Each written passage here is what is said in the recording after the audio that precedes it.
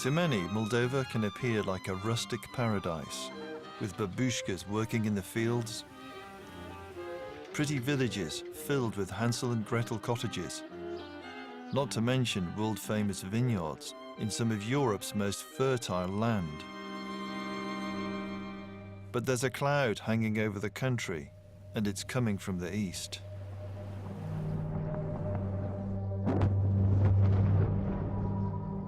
As war rages in the east of Ukraine, and towns and provinces fall under the control of pro-Russian separatists, another former Soviet republic nervously awaits the fate of its neighbor.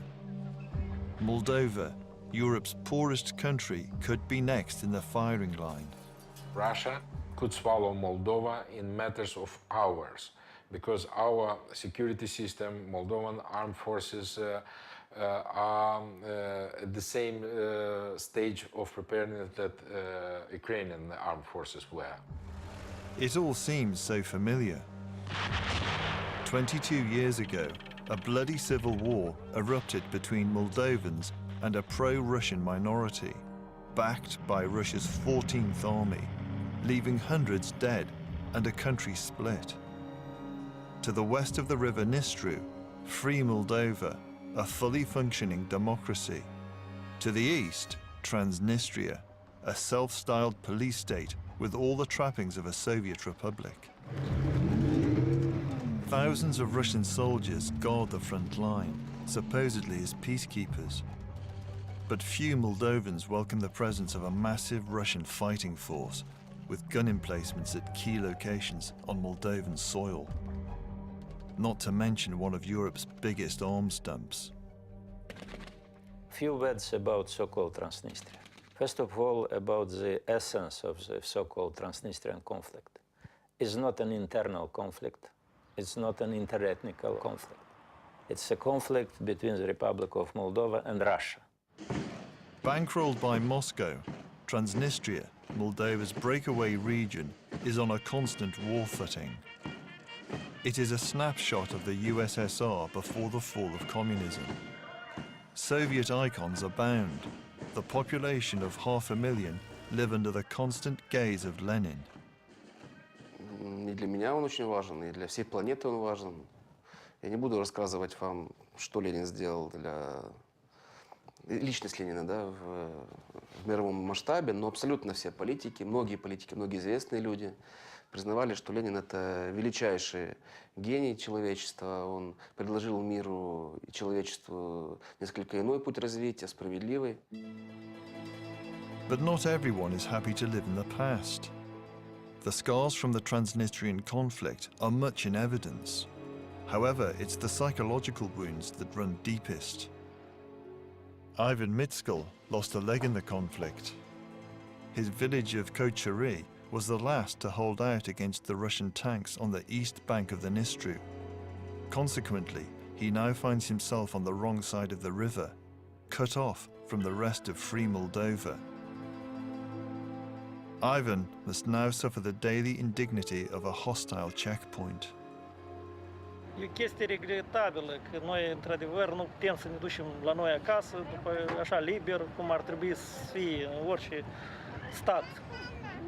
Clar că regimul ăsta separatist, care s-a plasat în stânga Dnistrului, el nu se gândește despre populație, despre ei au acolo niște idei fixe care, cum s-ar spune, asta e un ecou Imperiului Sovietic. Those who died protecting Kochari are remembered at the village school. Deci, doamna Isaicul Maria Gerasim este profesoară de istorie, în timp ce apăram sediul băieților din poliție, dumneaei a încercat să ridice tricolorul, drapelul nostru național. Și pentru acest fapt a venit noaptea câțiva băieți mascați care au aruncat-o în fântână. Pentru asta ea a avut de suferit și a dat viața. Events in the Ukraine have only heightened tensions.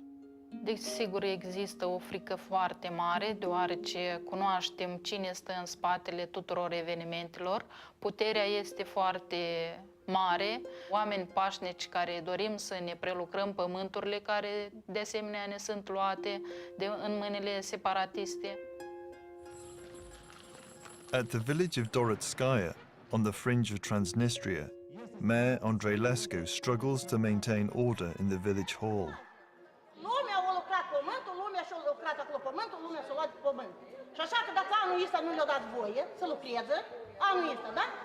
Anul ăsta, vadă, dar sunt că și anul ăsta se duc oamenii lucrează, cum a spus Maria Constantin. I-am fost și eu 2 rânduri de zie. Și mie îmi pare rău mai mult ca vouă, că eu nu mă pot duce la zie. De atâta eu vreau și... Eu cred că tot în întrebarea asta de asta o spun că s-a regulat. Dar astăzi, așa e situația. Vezi și... The people of Dorotskaya are cut off from their livelihood. Their farmland is on the other side of a highway in Transnistria. Acolo este zona economică a satului. Acolo sunt brigăzile, acolo stocurile de prelucrare a pâinii și tot pământul sunt acolo. Și neavând acces la aceste pământuri, cetățenii nu au sursă de supraviețuire. N-au cu ce hrăni nici copiii, n-au... Deci e o situație foarte critică. The inhabitants of Dorotskaya remain trapped, victims of the Transnistrian war, now characterized as a frozen conflict. Surrounded by Russian soldiers who maintain a vice-like grip on all movements. Noi, într-adevăr, noi de la restul Moldovei suntem întretăiați cu râul Nistru și cu vamele transnistriene. Timp de iarnă apare o problemă, cum spune, o blocadă, într-adevăr, cum spune, cum se zice, așa, capitală. Populația rămâne fără de pâine, fără de produse alimentare și el strict necesar care trebuiește.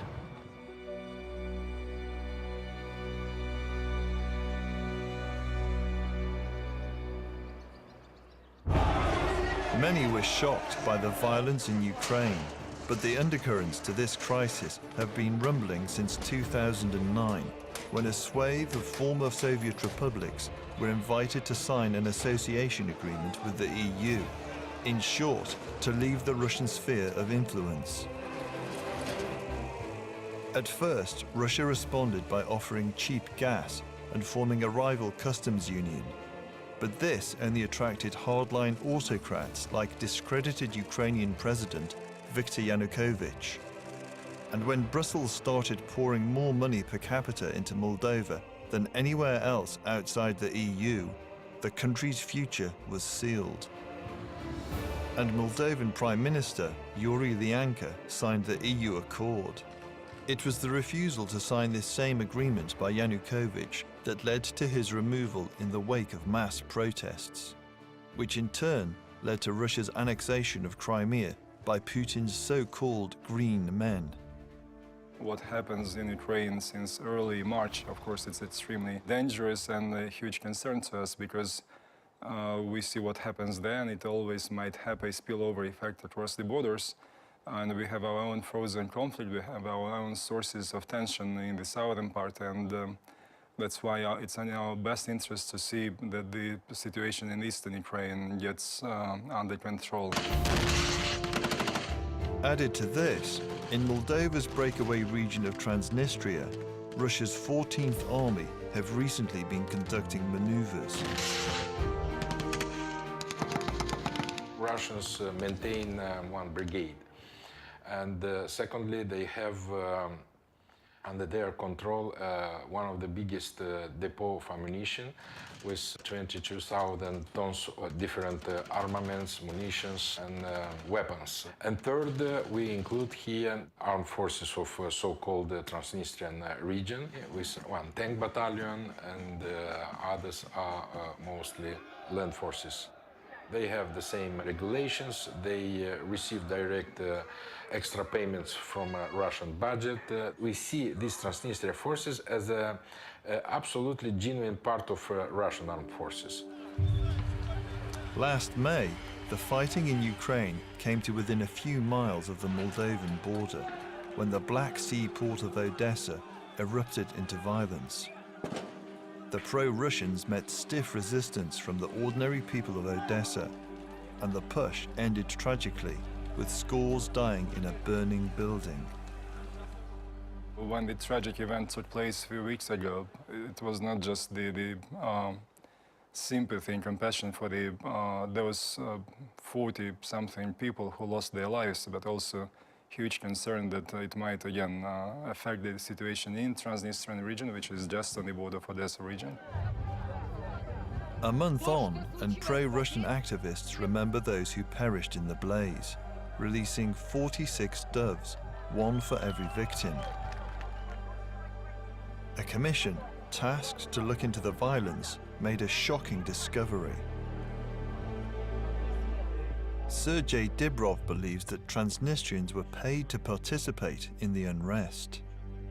На первых порах серьезное участие принимали жители Приднестровья, которые в Одессе традиционно работают в качестве наемных работников на сезонные работы или на строительные работы.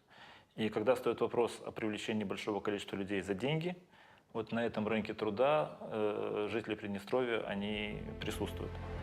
It is widely believed here that Chisinau, the capital of Moldova, has been inundated with Russian agents. Well, I will not speculate about it. In first place, we are members of CIS, and there is an agreement that we do not spy against each other. And I hope that everyone respects this agreement and the principles behind this agreement. Viorel Chibitaru is less diplomatic. There may be some groups infiltrated in Transnistria illegally, some groups of special forces, different sources in Ukraine and Moldova, noted as 700 up to 1,000 these so-called green people, like those who conducted the operation in Crimea. Moldova's 10,000-strong army is on high alert. General Igor Gorgan, Moldova's chief of staff, invited us to watch his country's aging tanks being put through their paces. The general told us he knows the Russians very well, and he is ready for any eventuality. But few share the general's confidence. We have a lot of generals, like in genuine Banana Republic. And Moldova is not ready to defend itself from military point of view, because we are conscious that Russian tanks from Transnistria can achieve Chisinau in 40 minutes. Last month, Transnistria formally asked to join Russia. У нас прошло 3 референдума по этому вопросу. Последний был в 2006 году, на котором 97% почти граждан высказалось за независимость республики с последующим присоединением к Российской Федерации. Кстати говоря, мы это сделали демократично, спросив наших людей. Population on left bank of Dniester has not any experience of democracy. Please forget about so-called referendums, elections. It's only a movie for silly Europeans. Unsurprisingly, the Transnistrian referendum is supported in Moscow. Там, во-первых, население где-то свыше полумиллиона человек, по-моему, если я не ошибаюсь. Люди настроены действительно очень пророссийски. Большое количество российских граждан проживает в Приднестровье. У людей есть собственное представление о том, как им строить свое будущее, свою судьбу. И это не что другое, как проявление демократии, если мы позволим этим людям сделать так, как они хотят. And it isn't just Transnistria that's agitating for closer ties with Moscow. This is Gagauzia, another autonomous region in the south of Moldova, home to 150,000. The Turkish-speaking Gagauzians, famed for their horsemanship, were granted this land by Tsar Alexander I 200 years ago and kept control of it during the Soviet era. Ну, если истории подтверждено, что гагаузы – это потомки кочевников, печенегов, половцев, конечно, были. Ну, народ у нас, наверное, более свободолюбивый, такой, и способен на авантюры разные. The Gagauzians remain staunchly pro-Russian. Last February, a Moscow-based businessman paid for a referendum in which separatists claim that 98% of voters rejected the EU accord, fearing a loss of sovereignty, and voted instead for closer ties to Russia. But for others, the referendum proved controversial and has been the source of anger in the Gagauzian assembly.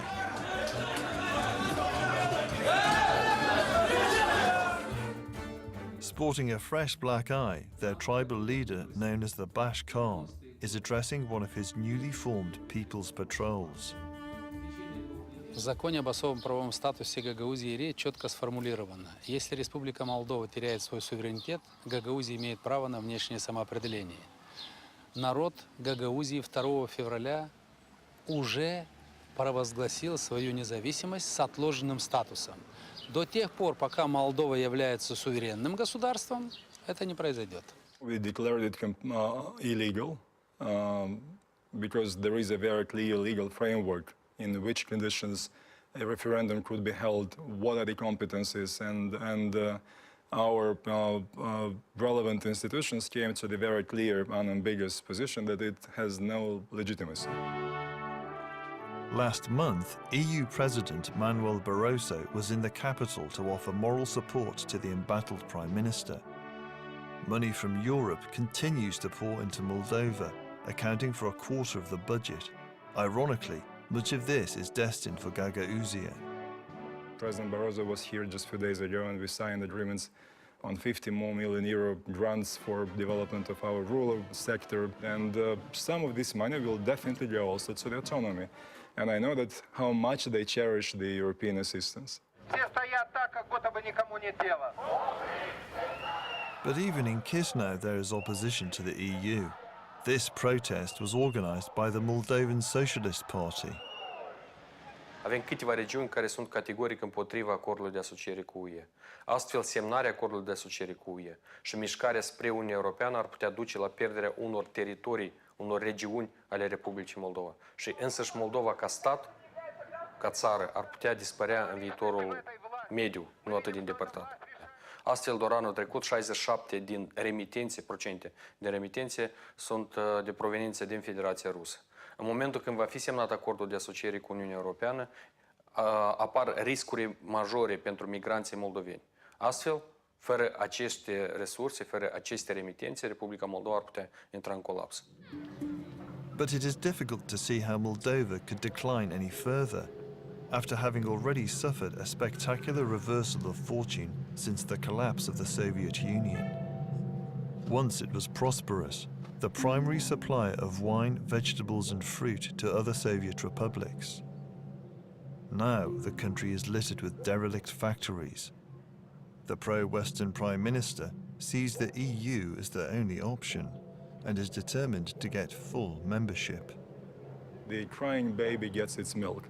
So we will keep crying, and we will not be exhausted. And this fatigue, which exists in some capitals, will not exist here. So we will pursue our line by generating more arguments, and hopefully we will be heard in every capital of the 28 countries. The crushing poverty that dogs the country matters more to ordinary Moldovans than the competing ideologies of the superpowers. Moldova is a country that can ill afford conflict. For the last decade, Moldova's population has been hemorrhaging abroad in search of a better life. Many are duped by people traffickers with false promises of a good job, only to be sold into prostitution, like Olga, who left her young daughter with an elderly relative to take what she thought was a waitressing job. Ei veneau, trăiem într-o casă pe pământ, de-am ies răschie, când ne hrănea, când nu ne hrănea, ne bătea și ne trimitea la lucru. Ne îmbrăcam foști scurți și ne scotea la tras, ne punea la tras și ne spunea țena care să o spunem. Și lucram la tras, ei ne pândeau, râdeau unul la un colț și unul la altul. Nu, adică puneau cuțitul la gât, le bătea. Da, acolo erau mulți moldoveni, foarte mulți moldoveni erau. Toate spuneau că le bat, le închid, dorm prin podvaluri și lucrează.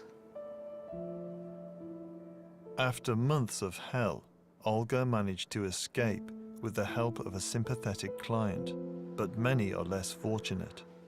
Out of a population of 4 million, over 1 million have already left the country, many like Olga, leaving their children with elderly relatives. In the village of Uluwatu, Paulina is cared for by her grandparents. Mama este la Turcia, lucrează vânzătoare la magazinul de copii pentru haine. Dar a fost și la Rusia, tot a lucrat vânzătoare la produse. Tata este la Germania, lucrează manager la hotel și a fost tot la Rusia, lucrat vânzător de cărți. Other less fortunate children end up in orphanages. Emilia Mocanu runs the state-sponsored orphanage in Cahul. She does her best, but it's a struggle. Vin copii cu situațiile dificile. Vin cu... N-am văzut niciun copil care a venit fericit. Și știu foarte bine că copiii care au fost luați din familie, care au fost luați din sânul familiei, retrăiesc foarte mult și pentru ei și asta e o catastrofă. Sasha, now aged 14, is typical. He came to the orphanage 6 years ago when his mother went to Russia in search of work. His mother has just been found dead in Moscow. Sărăcia mare. Sărăcia în țară. Nu pot să găsesc locul de muncă nu pot să găsesc locul de muncă și dacă caută, găsesc locul de muncă foarte prost plătit și din salariul ceea care primesc nu pot să țin copii, nu pot să dau tot ce este necesar pentru un copil. Back in Uluwatu, Paulina's headmistress fears for her village. Noi am avut foarte mulți copii care au rămas în școală fără părinți. Părinții erau în Rusia, în Grecia, în Italia, în toate țările unde se putea de făcut bani ca să-și întrețină familie. Material, copilul care are părinți psihotari e mai aprovizionat, dar vreau să zic că psihologic și sufletește e o diferență între copilul care are părinții pe loc și copilul care nu-i are. Some parents are able to send for their children, but this too means a kind of death for the village. Paulina's school was built for 300 children, but now there are barely 50. Moldova is already on its knees, the last place on earth that needs an east-west confrontation.